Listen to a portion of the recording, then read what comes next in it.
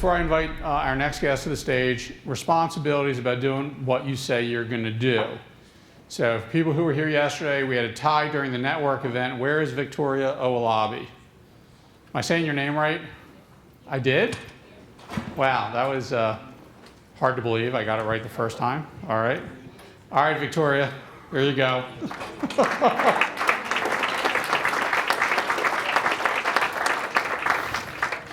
All right, so I'm really excited we have our next guest here. Gale Klappa is the CEO of WEC Energy Group. They provide energy to Milwaukee, Green Bay, Chicago, parts of Minnesota. Okay, now, you know, I know the football thing is sort of painful for people here in New York. I'm a Phillies fan, okay? I'm not a Phillies, I'm sorry, Eagles fan. Philadelphia fan. But we do know that Gale's power, if you supply that to Green Bay, you can go 6-0, all right? So without further ado, I'd like to invite Gale Klappa to the stage.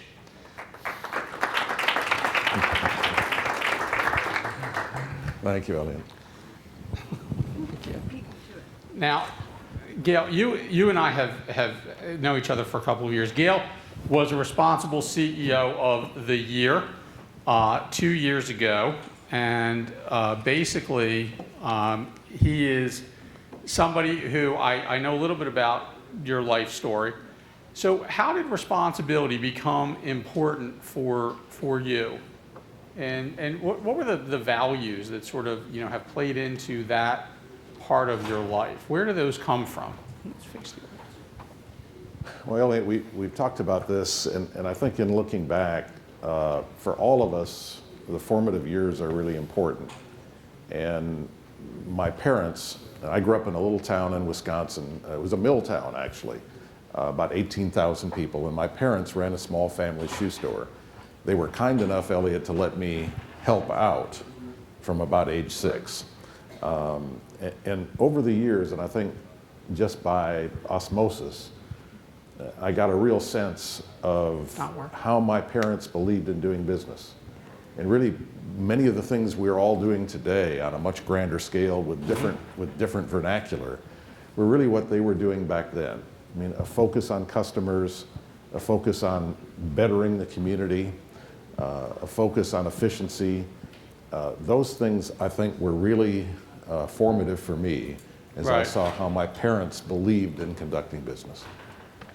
So, as you think about, you know, Wisconsin Energy's got or WEC Group, as you're now called, has an incredible corporate responsibility program, and you bring these values to your community as to how you're managing things and whatever.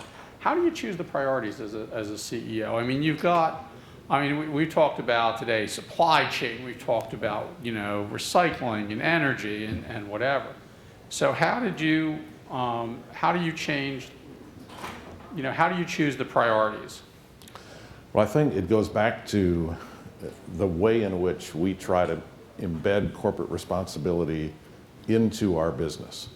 It's not, and I think this is really important, Elliot, it's not a separate program. It's not a team of people sitting over here thinking about responsible things to do. Our belief is that it's really important to embed corporate responsibility and the values of productivity, efficiency, safety, betterment of the community into the business results of all of our operating units. So what we do is basically have certain goals each year that my direct reports and I agree on that focus on these things as part of how we're running the business. Okay, so when you guys are together as an executive team, for the folks who are here, I mean, how often, so basically the way you got to set up a WEC is everyone's a corporate responsibility officer in some form or another. That is correct. So how often is this sort of on that agenda? I mean, how often is this, what's that meeting cadence like? Do you address these things as a group, every quarter? Give some advice to the people here that they can give to their CEOs and other CEOs who are here in the audience about the best way to manage that to have the kind of program you guys do? Well, we have, and this is not unusual, all of you probably are very familiar with this, but we have what I call our Office of the Chair. And we have an Office of the Chair meeting about every 6 weeks. All of the major initiatives that are central to the achievement of our business plan for the entire year are reviewed every 6 weeks. So basically, when there's a corporate responsibility initiative, and there is for each one of our business units, that gets talked about, that gets critiqued, that gets reviewed on about an every 6 week basis. Again, it's embedded in how we do business. Okay, so for you folks, you've done a tremendous amount of work around emissions, things like that. Where did you start? When you became CEO, and I've had a chance to meet some of your team members, where did you start and say, okay, here's the things that we really need to address as a company at the word go? Because the utility industry historically has been, they're in certainly the crosshairs on a lot of issues around the environment. They're in the crosshairs of a lot of issues. We're going to talk about those in a few minutes. There's a lot of priorities, and they're perceived to be sort of slow-moving bureaucracies by a lot of folks. Okay, I don't think that's true of WEC, by the way, or we wouldn't have you on stage. So where did you start to move that culture and make that prioritization? I was very lucky in one sense, in that when I joined Wisconsin Energy, now WEC Energy Group, back in 2003, there was really an energy crisis in the upper part of the middle western U.S. Wisconsin in particular was very short on power plant capacity, on transmission capability, and one of the big issues in the gubernatorial race back in the early 2000s was, is the state going to be able to keep the lights on? So we developed a plan out of necessity in terms of something had to be done to improve the energy infrastructure and expand the energy infrastructure in the region. But along with that plan was a priority, in my mind, that we could not increase emissions. Okay. So we had to find a way, Elliot, to basically expand our power generation capacity, as it turns out, by 50%. But in the process, so produce more power, have more power generating capacity, but in the process find a way to actually lower emissions. And I will tell you, with the technology that we chose and with what's been available to us, and this is something that our company is very proud of, we now have 50% more power generating capacity today than we had in the year 2000, but our total emissions of sulfur dioxide, nitrogen oxide, mercury, and particulate matter are down in total by 80%. So wow. 50% more capacity, 50% more production, 80% fewer emissions. All right, so let's talk about the folks in the audience face this every day. Let's take a step back. All right, when you say to your executive team, and you're a new CEO, you're just in, everyone's sort of testing their feet beneath, the ground beneath them, and you say, okay, we're going to have to increase capacity 50%, but we can't increase emissions, and what you've done is laudable. How often did you get from your own team or other stakeholders, board members, et cetera, Gale, you're crazy. It's never going to happen. You can't increase capacity and simultaneously reduce emissions. How much pushback did you get? Because a lot of people think the CEO says it and it happens. And I can tell you from having had the job, that ain't the case. So how often did people tell you that it was unfeasible, not going to happen? You're barking up the wrong tree. Actually, believe it or not, only once. One of the things I found at Wisconsin Energy when I came there was a very strong corporate responsibility, very strong environmental improvement ethic, and that was exceptionally helpful. I think the question really became, well, could we really do 80%? Do you think if we made the right technology choices, we could do 20% or 30%? And actually, to be honest with you, we ended up setting the goal at 70%. We exceeded the goal. But there was a lot of buy-in, I think, because of the kind of ethical people we have at the senior level. They understood how important it was going to be for Wisconsin to be an environmental leader. Okay. So you just said you reduced GHG by, or emissions by 80%. What are the other metrics that you're measuring, that you see on your dashboard as a CEO? If you said to people in the audience, you know, these are the metrics you should provide to your CEO. If you're a CEO, this is what you should want. What would those metrics look like? What do you get on your dashboard? A lot of the operating metrics, Elliot, all revolve around efficiency. Okay. So for example, the new power plant capacity we've built, we have a clean burning coal-fired power plant that is literally one of the cleanest, from an emission standpoint, one of the cleanest burning power plants in the world. And it is, in part, there are two reasons it is that efficient and that productive from the standpoint of emission reduction. One is the effectiveness of the environmental control technology that we chose, but the other is what we call heat rate. In other words, and that's a term in our industry that is essentially calculates how efficiently do you take raw fuel and turn it into electricity. And so we measure heat rates at our plants, and we try to improve our heat rates, because improving our heat rates makes the units more efficient and reduces the environmental impact. So that's one of the big metrics that we look at on the dashboard. On the distribution side of our business, and as many of you know, the world is changing a great deal in terms of how electricity is actually produced and delivered around the world, particularly in the US, with more efficient, from an economic standpoint, more efficient renewable technology and more efficient distributed generation. So we look very much at also what we call line losses, or the efficiency of our delivery network. And we've been able to reduce our line losses, in other words, improve the efficiency of our delivery network for electricity by literally 30 to 35% over the last decade. So that reduces the amount of coal burned and the amount of effluent and ash and emission, all those things. Exactly. All right. Okay.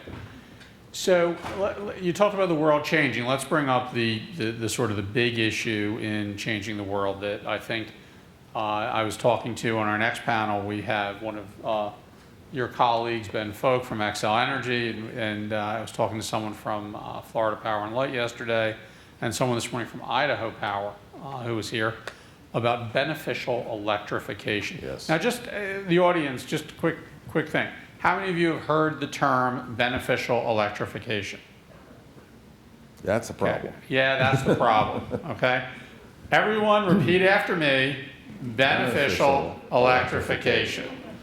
Gale, what is beneficial electrification? I am glad you asked. I'm beginning to think, given the audience reaction and no one having heard of beneficial. Well, one person raised their hand. Sir, what company do you work for? Idaho Power. Oh, there you Wow, what a shock. Well, we have one convert. That's great. Exactly. And maybe I'm beginning to think we need to come up with a different term other than beneficial, something sexier than beneficial electrification. Because I really believe, Elliot, personally, that if we're going to meet the environmental goals of the next 20 years, as a society, not just as an industry, but also as a society, beneficial electrification is going to have to play a huge role. And here's what that means.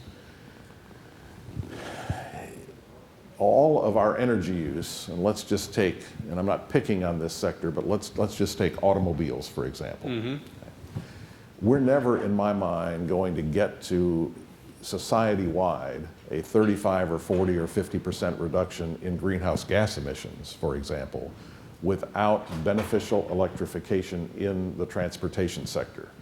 And what I mean by that is, let's take, for example, forklifts in warehouses that run perhaps on diesel.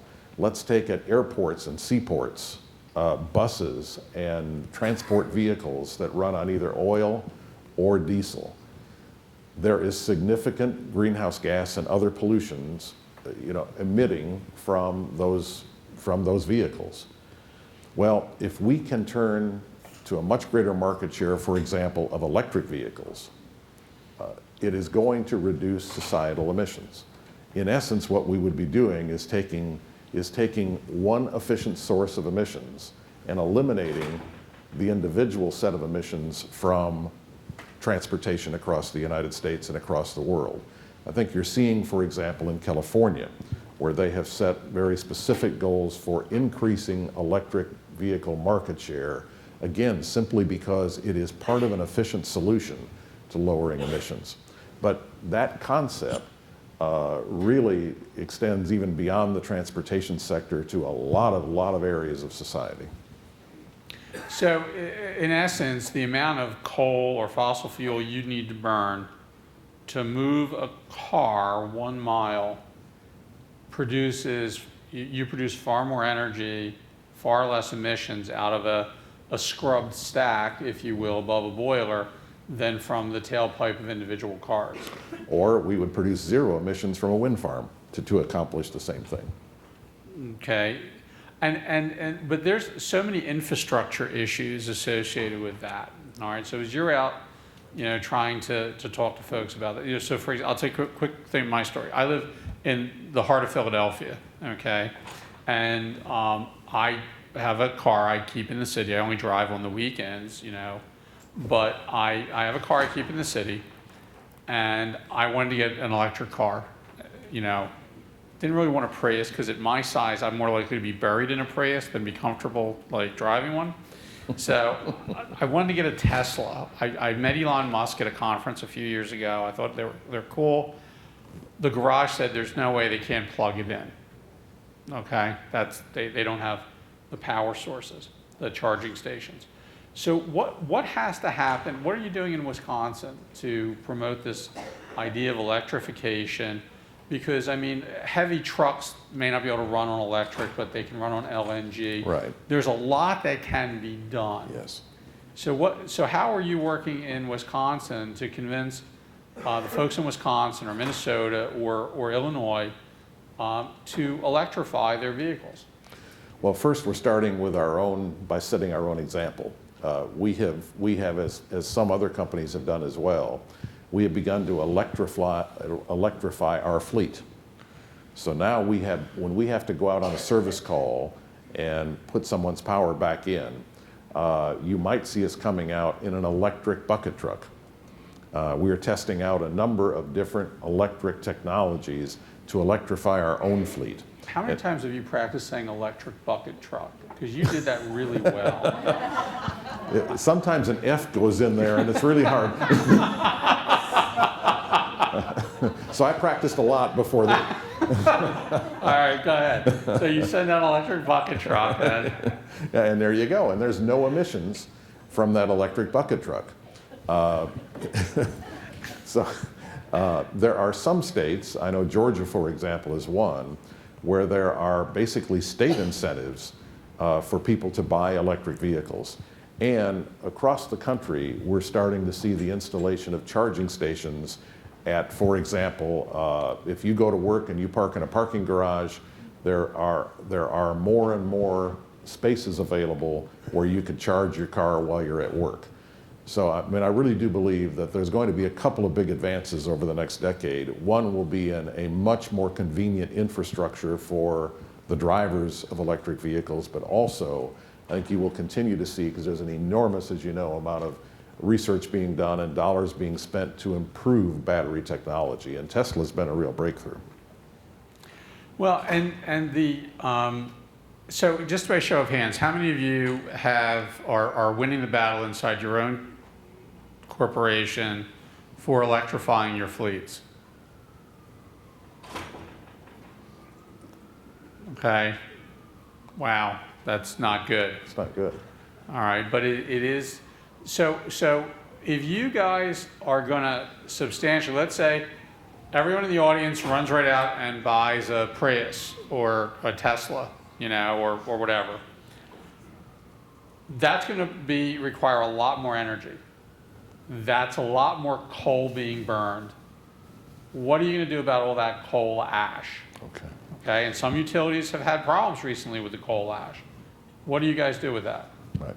Be happy to talk about that. First, let me just say, Elliot, based on the studies we have done, And remember, most power plants in our country go to sleep at night. I mean, demand for electricity goes like this in the nighttime. So basically, there could be, in terms of all light transportation in the United States, if electric vehicles had a 35% market share, we could meet the energy needs of those vehicles without adding a single new power plant in America. Wow. Particularly if people were incentivized to do the most of their charging overnight. So number one, there is capacity because we obviously have to build our network and build our system to meet peak demand, which occurs usually during the afternoons. Right. But then you have all that capacity sitting idle overnight. But you are absolutely correct. If we were to charge 35% of the light vehicles in America overnight, there would be more natural gas burn, there would be more coal burn, there would be more, wouldn't be much more solar because it's pretty dark at night, but there would be more wind energy consumed. And we have, and I think this is one of the pioneering things we have done in terms of dealing with the byproducts, in our case of burning coal. Our company made a technology decision years and years ago before I came that we would not store the byproducts of burning coal, call it fly ash, bottom ash, whatever you'd like to call it. We would not store or landfill in any permanent way that type of byproduct. Instead, we have found a revenue stream. We have found a beneficial use for the byproducts. And now, fly ash is very strong particles.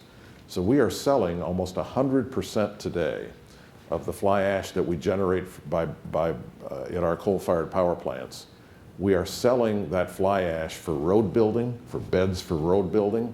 Much of the fly ash is also being used in concrete, in sidewalks, and in foundations for buildings. So literally 100% of what we are producing in terms of fly ash as a byproduct of generating electricity from coal is being put to good, positive societal use. And we're very proud of that. That's a great program. And just based on the potholes in New York, I'd say you're not generating enough. I don't know, you're putzing around here on stage with me. We need more tar to fill in the potholes. But you know, I saw a pothole last night. By the way, there's a taco stand on the bottom. Yeah, there are some big ones here. So, you know, we're talking about burning more ash. I'd be remiss if I didn't ask you about the EPA's recent announcements about standards. Now, during your tenure, I know the WEC Group has invested $3 billion, with a B, $1 billion in upgrades to your facilities, your plants, your emissions control devices, etc.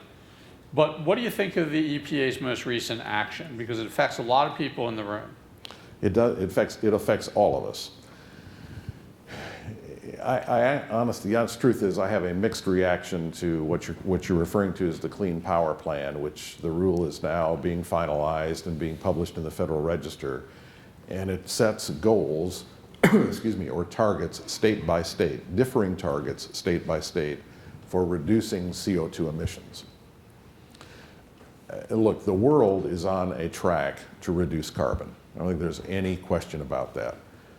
And we certainly will do our share. I think the question I would have about the Clean Power Plan is, I mean, first of all, it unfortunately does not give companies like ours any credit for early action. And I think that's an issue that we continue to talk to the EPA about. In some ways, we may have been better off from the standpoint of the targets if we had not done all the things you've just described and invested more than $3 billion in new environmental controls and more efficient generating capacity. So that's a bit of a problem. But my bigger concern is the timeline. 2022 is the first target for major reduction in CO2 emissions from our sector under this new rule. But the target in 2022 requires all of us to get almost 2/3 of the way to the ultimate target. Right. So we're sitting here in 2015. 2022 is not that far away. And in an industry where there's a significant lead time to ordering equipment or to putting plans in place that could have a material effect, I worry that we can't get there cost effectively for customers by 2022. So my first real big concern is the 2022 interim target realistic? And then secondly, if it forces us to do things that are not as efficient for the long term, what is that going to mean to the price of electricity? And I'm cognizant of one other responsibility that we take very seriously, Elliot. In Wisconsin, we still make things. In Wisconsin, there are more than 500,000 manufacturing jobs. And we have a real responsibility to help keep those manufacturers cost competitive with our supply of electricity. So I'm really concerned about the time frame and about whether or not we can get there in the most cost-effective way by 2022. All right, do you want to take some questions from the audience? Sure, be delighted. All right, so we have someone, mic running. Oh, there you go, Larry. I've got a good voice. You've got a great voice. Go ahead. I have a couple questions on electric vehicles. Number one, are you working on installing the infrastructure for charging publicly accessible? And also for employee workplace charging, are you doing anything on that? I know that it has been a challenge for some companies that providing workplace charging is seen as a benefit, and there are some challenges associated with that. I'd like to hear what you're doing. Well, many companies in our industry are installing workplace charging. And yes, there's a question, and it unfortunately becomes an IRS question of whether or not there's a benefit. We have to work through that with the IRS. Different states are approaching it a little bit differently. I know in California, the utilities are being encouraged not only to install workplace charging, but also, as I mentioned Elliot earlier, very convenient charging networks and charging facilities at shopping malls and other places where you can fill her up very economically and very conveniently. But yes, most companies in our industry are installing workplace charging. Again, as an incentive for our own employees. All right, we have a question over there. I don't need the mic either, thank you. What about the technology to have charging stations solar powered, which of course is zero emissions, and huge parking lots solar powered, and the technology exists? Is that being looked at? So the question was, what about the technology to use solar-powered charging stations? Solar power in many ways, but in this particular case, Right, I understand solar power has a lot of applications. So what is WEC doing with solar power and to put in solar charging? We have not put in any solar-powered charging stations, in part because Wisconsin probably is not the greatest state for solar. And when you want that electric vehicle charged up, you won't want it charged up. storage has come a long way, though, so that's not so much of an issue. I'm sorry? Storage, solar storage is the technology's come a long, long way. Yes, it I has. don't know if that's still as much of an issue. But I just wondered if you had explored it, or in your industry, are they exploring it? The industry's in the early stages of exploring it, but right now, probably the most cost-effective thing right now would not be a solar-powered vehicle charger. It certainly could be one day. Question right there. Good morning.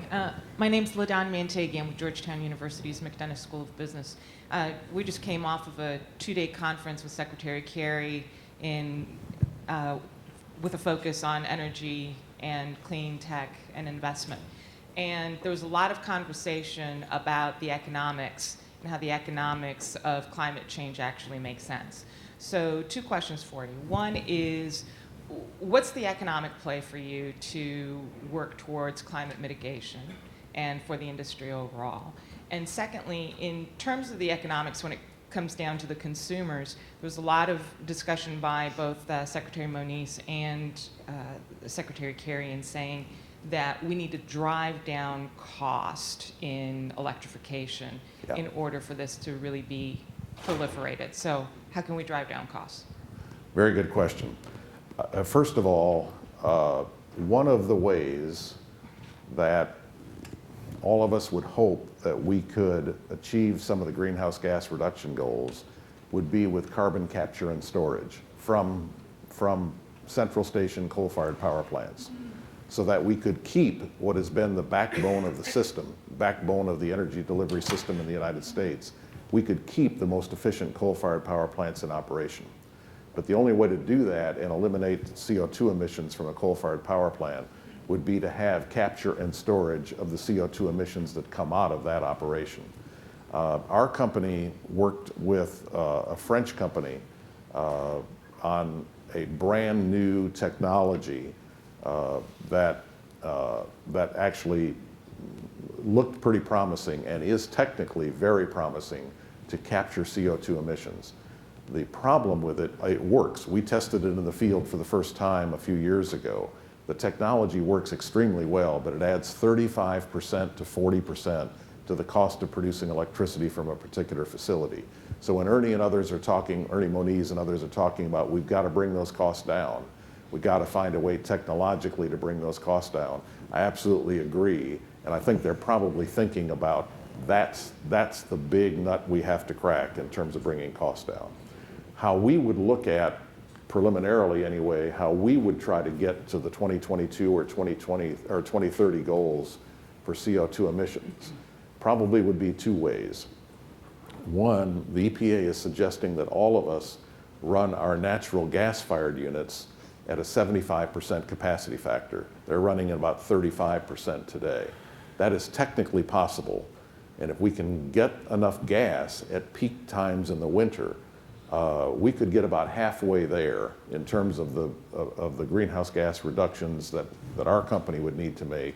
We could get about halfway there by basically running our gas-fired fleet at a much higher level than we're running it today. The remainder we would have to get by adding renewables. All right, that's all the time we've got. So I want you to stay right where you are and don't change the channel, all right? Because the next panel we've got, how often can you get this? We have two CEOs who've been Lifetime Achievement Award winners, a panel of CEOs hosted by Dan Hesse, former CEO of Sprint and the 2013 Lifetime Achievement Award winner. On the panel, we have Stu Thorne, who was the 2014 Lifetime Achievement Award winner, and then finalists from tonight, Terry Ludwig of Enterprise Community Partners, Jim Prokopanko, former CEO of Mosaic, who's just recently retired, and this is how he spends his time. And we have Ben Folk, the CEO of XL Energy. So just stay there. We have to reset the stage and do some mic stuff, and they'll be up in just a moment. That didn't sound good, did it? All right. Thanks.